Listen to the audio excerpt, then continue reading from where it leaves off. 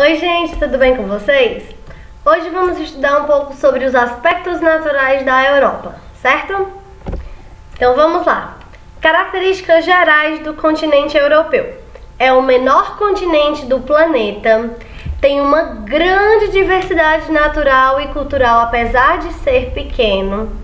É geologicamente um prolongamento da Ásia, ou seja, nós temos aqui a Ásia e a Europa, elas dá continuidade ao continente asiático. E juntos eles são conhecidos como a Eurásia, a Europa com a Ásia, certo?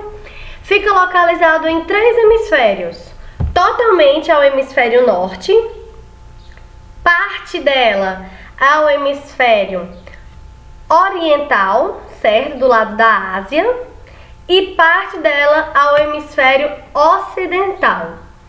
É banhada pelo Oceano Atlântico ao leste, certo? Também é banhado pelo Oceano Glacial Ártico ao norte e pelo Mar Mediterrâneo ao sul.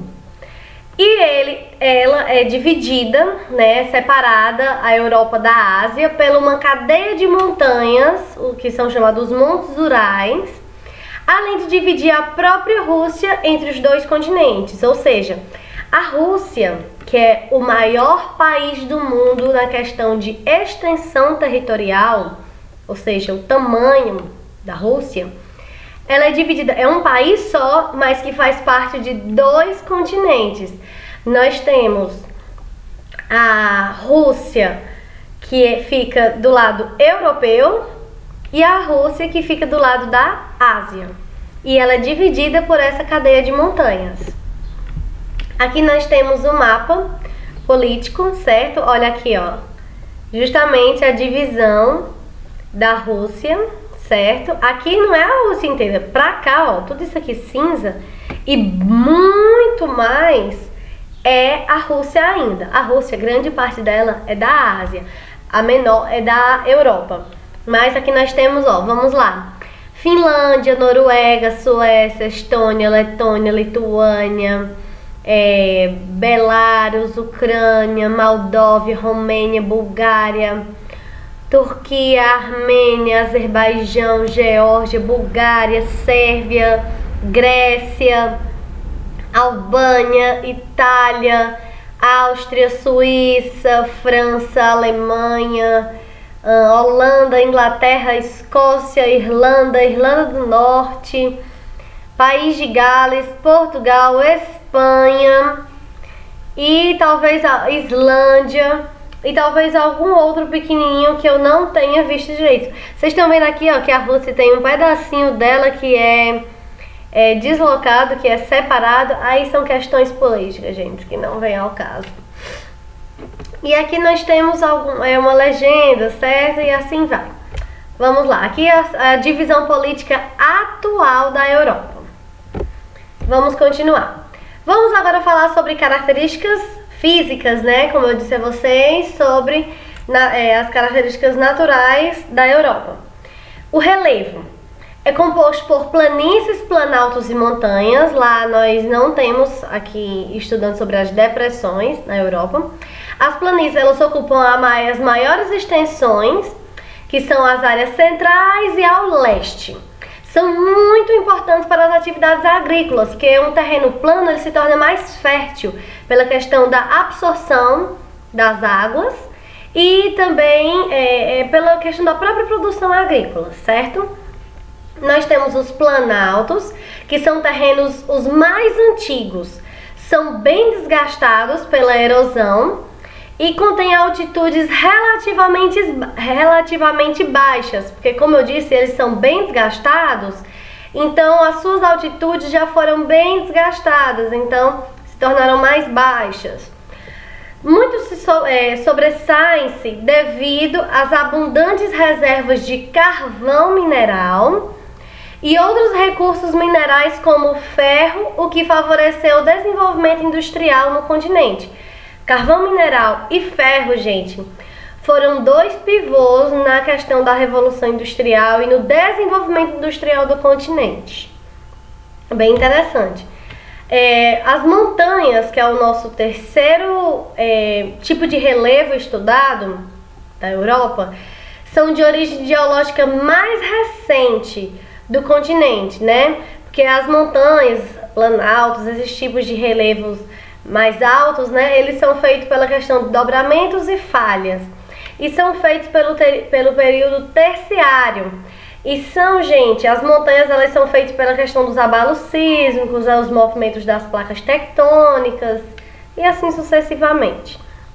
Com elevadas altitudes e constantes movimentos tectônicos, como terremotos e erupções vulcânicas. A hidrografia, gente, é a parte dos rios, se torna algo bem distribuído pelo continente. É muito bem privilegiado a hidrografia desse continente.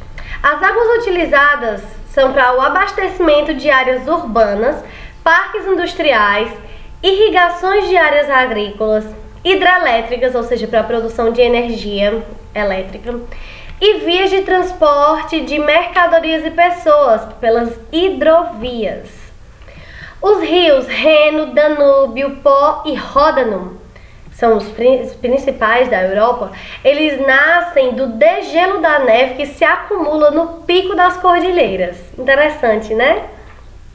O Danúbio e o Reno, eles formam importantes bacias regionais, com grandes extensões e interligam países, né? Os países da Europa, eles são bem pequenos.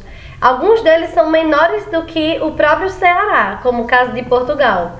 O país, Portugal, que colonizou o Brasil inteiro, é menor que o próprio Ceará. Interessante, né? Eles interligam países através dessas hidrovias para transporte de pessoas e mercadorias. E isso, gente, auxilia na questão do desenvolvimento econômico e industrial do continente. Aqui nós temos um mapa mostrando o relevo e a hidrografia, né? A altitude em metros, ou seja, essa parte verde é toda de planícies. Aí conforme vai ficando amarelinho e laranja, nós temos os planaltos. E esses aqui, um laranja mais escuro puxado para o vermelho, nós temos as áreas de montanhas, certo? Aqui nesses triângulozinhos nós temos os picos e os vulcões, certo? E aqui nós temos, né, esses risquinhos aqui, ó, os principais rios, ok? E aqui nós temos o mar Mediterrâneo. A poluição e a questão hídrica na Europa. Como lá ele é muito rico nessas questões hídricas, acaba se tornando muito crítica a questão da poluição hídrica, porque se a água ela é muito importante para todos nós, mas nas atividades econômicas também a água lá, os recursos hídricos são importantes, então a poluição ela atrapalha muito, porque os recursos hídricos explorados lá são rios, lençóis subterrâneos, né, os chamados lençóis freáticos, que estão cada vez mais sendo explorados.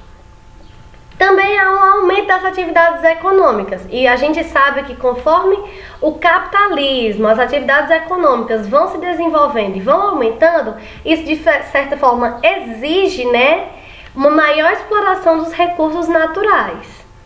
Certas áreas vêm chegando ao seu limite, não aguenta mais, não suporta mais, é perigoso chegar a um colapso mesmo e ser algo talvez até irreversível de forma mais imediata. O agravamento da poluição e da degradação de muitos rios e lagos ocorre devido aos poluentes industriais, muitos rejeitos de mineração que são jogados nos rios e nas águas, os químicos agrícolas, porque a questão dos fertilizantes, agrotóxicos e venenos colocados na agricultura contamina o solo e isso interfere nos rios e na água do solo que vai ser jogada para os lençóis subterrâneos ou freáticos e os próprios esgotos domésticos, certo? Que se não tiver um bom sistema de saneamento básico de esgotos, também é tudo jogado nos rios.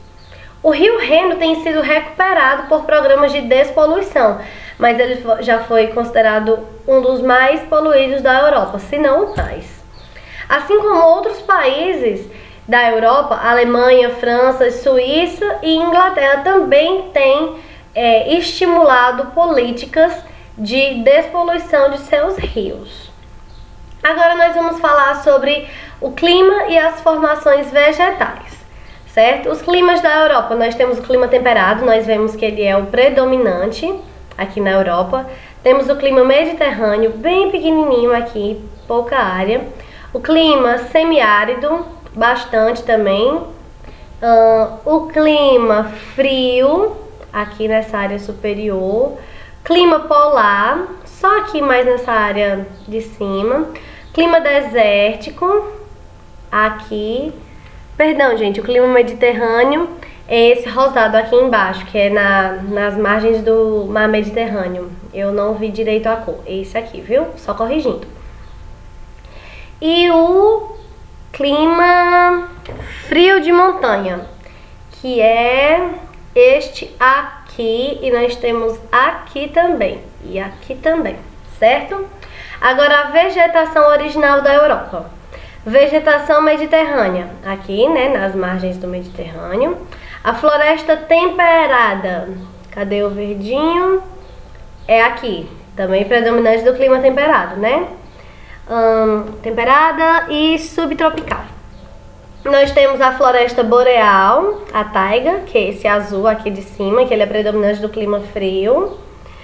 Nós temos a estepe pradaria, que é predominante do clima. Vocês estão vendo, gente, que cada tipo de vegetação, ela é típica de um clima, né? Nós vamos ver isso já já.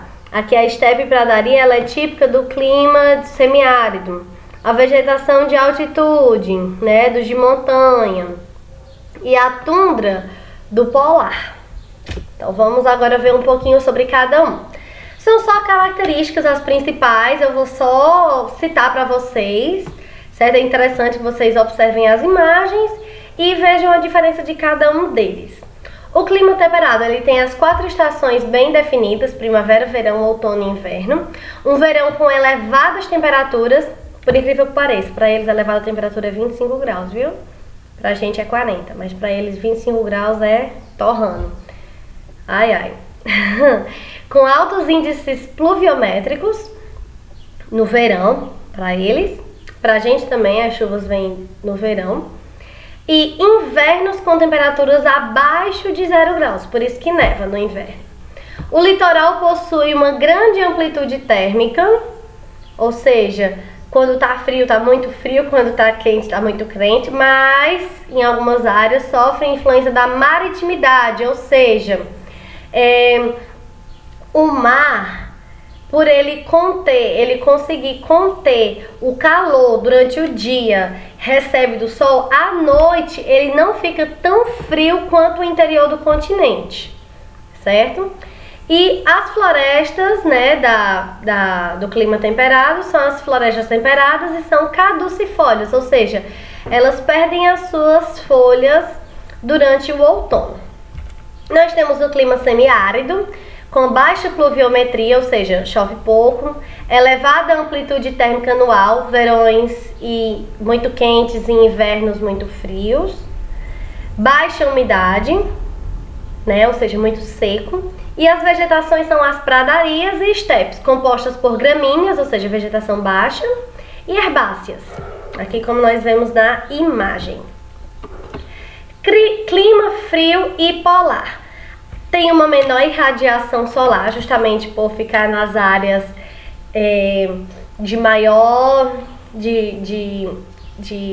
mais aos polos, certo? Menor irradiação solar, climas mais frios, principalmente ao norte da Rússia, da Finlândia e da Noruega. A floresta boreal é a sua vegetação, a taiga, composta por coníferas, que são os pinheiros, né, o exemplo. Predomina a área de clima frio, tornando uma vegetação bem homogênea, sabe?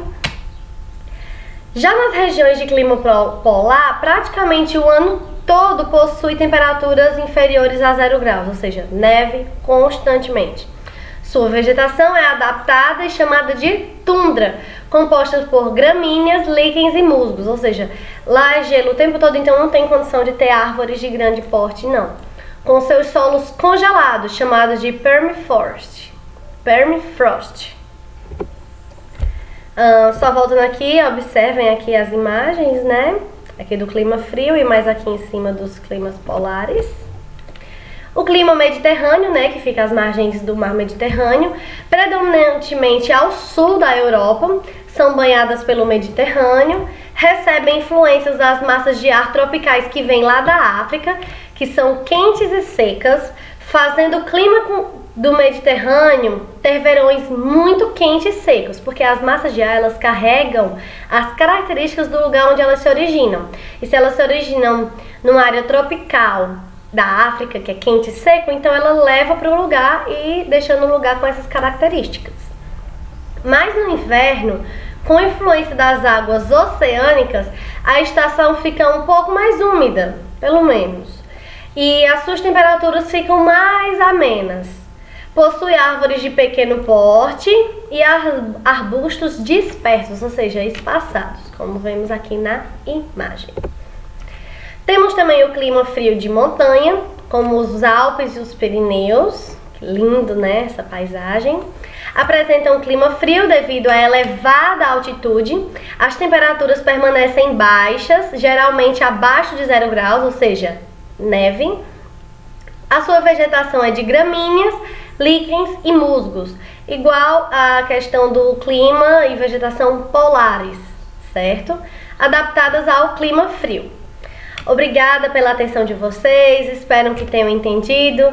Não esqueçam de se inscrever no canal, curtir, dar o like, compartilhar. Um beijo e até a próxima aula. Tchau, tchau!